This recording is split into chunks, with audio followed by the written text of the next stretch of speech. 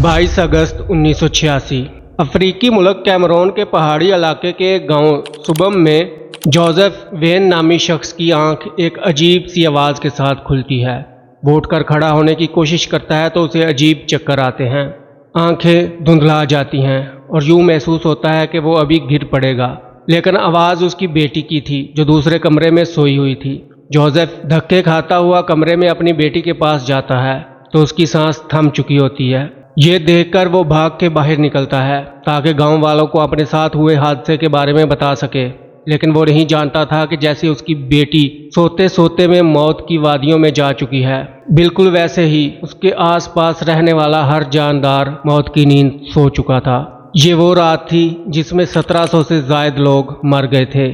ना सिर्फ लोग बल्कि हर जानवर परिंदा हमेशा हमेशा के लिए खत्म हो गया था। क्या ये ताकतवर मुल्कों का कोई तजुर्बा था या इस गांव में बसने वाली बदरूहों ने इनसे अपना बदला लिया था? आइए जानते हैं मिस्ट्री ऑफ कैमरून। दोस्तों, अफ्रीका एक गरीब तरीन बर-ए-आज़म है जहाँ के रहने वाले एक बहुत ही बेचारी सी जिंदगी गुजार रहे हैं। ये कहानी है अफ्रीका के मुल्क कैमरून के एक रिमोट एरिया की, जहाँ लोग एक झील के किनारे आबाद थे जिसका नाम था लेक नायोस। ये झील माजी में हुए वॉल्केनिक इवेंट की वजह से वजूद में आई थी, यानी इसके नीचे एक आतिशफशां मौजूद था जो कई सालों से खामोश था। उस पर साफ सुथरा नीला पानी बहता था। शहरों के शोर और चहल पहल से दूर इस लेक के आसपास बसने वाले लोग बहुत सादा थे जो एक पुरसकून जिंदगी गुजार रहे थे। उनके जानवर उस झील से पानी पीते, बच्चे किनारों पर खेलते कूदते और दिन भर रौनक रहती, लेकिन कोई नहीं जानता था कि ये पुरसकून खूबसूरत नदी एक दिन उन सब की जान ले लेगी। जोसेफ गांव वालों को खुद पर गुजरी क़यामत के बारे में बताने घर से निकला, लेकिन वो नहीं जानता था कि ये क़यामत पूरे गांव पर गुजर चुकी थी।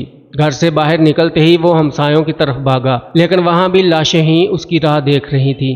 उसकी आंखों में बेयकीनी ही बेयकीनी थी। उसे लगा ये सब कोई डरावना ख्वाब है। जब वो इस घर से निकलकर मजीद आगे बढ़ा तो उसे कई जानवरों की लाशें नजर आईं। वो चकराते सर के साथ एक घर में दाखिल हो रहा था, लेकिन कोई भी जिंदा नहीं था। उसके दिल में खौफ बैठने लगा। वो समझा कि जिन जिन्नात और चुड़ैलों की कहानियां वो बचपन से सुनता आ रहा था वो उसके गांव को उजाड़ गए हैं, या फिर किसी मुल्क ने उन पर बम गिरा दिया है। लेकिन वहां ऐसे कोई आसार नहीं थे। हर चीज अपनी ठीक हालत में मौजूद थी। अगर कुछ ठीक नहीं था तो वो थी इस गांव में मौजूद जिंदगी। कोई कीड़ा मकोड़ा, जानवर, परिंदा, कुछ भी जिंदा नजर नहीं आ रहा था। जोसेफ की समझ में कुछ नहीं आ रहा था कि उनके साथ क्या हुआ है। जब दिन निकल आया, आहिस्ता आहिस्ता ये खबर आसपास के इलाकों में फैलने लगी। लोग इस बात को कंफर्म करने के लिए दूर दूर से उस जगह आ रहे थे। कोई नहीं जानता यहाँ क्या हुआ था। बस एक जगह बदली हुई थी जो थी लेक नायोस, जिसमें नीले पानी हुआ करते थे। वहाँ लाल रंग का पानी था, यानी जो हुआ था यहीं से हुआ था। कैमरून की आर्मी इस गांव में आना शुरू हो गई जहां सिर्फ और सिर्फ मुर्दे थे। कुछ लोग ऐसे थे जिन्हें सांसें आ रही थीं, लेकिन वो होश में नहीं थे। उन्हें फौरन हॉस्पिटल भेजा गया। दरअसल ये हादसा सिर्फ एक गांव तक महदूद नहीं था, बल्कि लेक नायोस के आसपास 4 गांव नायोस, कैम, चाह और सुबम उसकी जद में आए थे। तकरीबन 400 के करीब लोग जख्मी हालत में मिले, जबकि मुर्दों की तादाद 1746 हो गई थी। 2 दिन बाद 24 अगस्त को अमेरिका के 2 साइंसदान इन खबरों की तस्दीक और जगह का जायजा लेने के लिए वहां पहुंचे, ताकि इस राज को कुरेदा जा सके और ढूंढा जा सके कि आखिर इस जगह ऐसा क्या हुआ था जिसने इतने लोगों की जान ले ली थी। जिस वक्त वो वहां पहुंचे, एक बड़े घड़े में लाशें फेंकी जा रही थी। ये मंजर इतना भयानक था कि उनकी रूह कांप गई। अब उनको इस मामले की इन्वेस्टिगेशन करना थी, और इन्वेस्टिगेशन की जगह एक ही थी। जो कुछ था लेक नायोस में ही था। उन्होंने जब इसके पानी के अजीब से रंग को देखा और गंदी बदबू को सूंघा तो उसे सैंपल के लिए बोतल में भरा, लेकिन जैसे ही ऐसा किया तो बोतल फट गई। उन्होंने कई बार ऐसा किया। जैसे ही वो ढक्कन बंद करते, बोतल एकदम से फूल कर फट जाती। रिसर्च और तजुर्बात से पता चला कि पानी में बहुत ज़्यादा मिकदार में कार्बन डाइऑक्साइड थी, जिसकी उन्होंने 2 वजूहात बताई कि झील के नीचे जो आतिशफशां था वो एकदम फटा है और कार्बन डाइऑक्साइड बाहर आई है। दूसरा ये अंदाज़ा लगाया गया कि आतिशफशां आहिस्ता आहिस्ता लीक हो रहा था और कोई पत्थर उस पर गिरा था जिसकी वजह से गैस पर दबाव पड़ा, इसलिए वो बाहर आ गई। क्योंकि ऐसा वाकया 2 साल पहले भी नायोस से 100 किलोमीटर दूर लेक मोनाउन में हो चुका था। 15 अगस्त 1984 की रात 11:30 पर इस झील से धुएंनुमा बादल उठे थे, जिसकी लपेट में पास से गुजरते हुए लोग आए थे।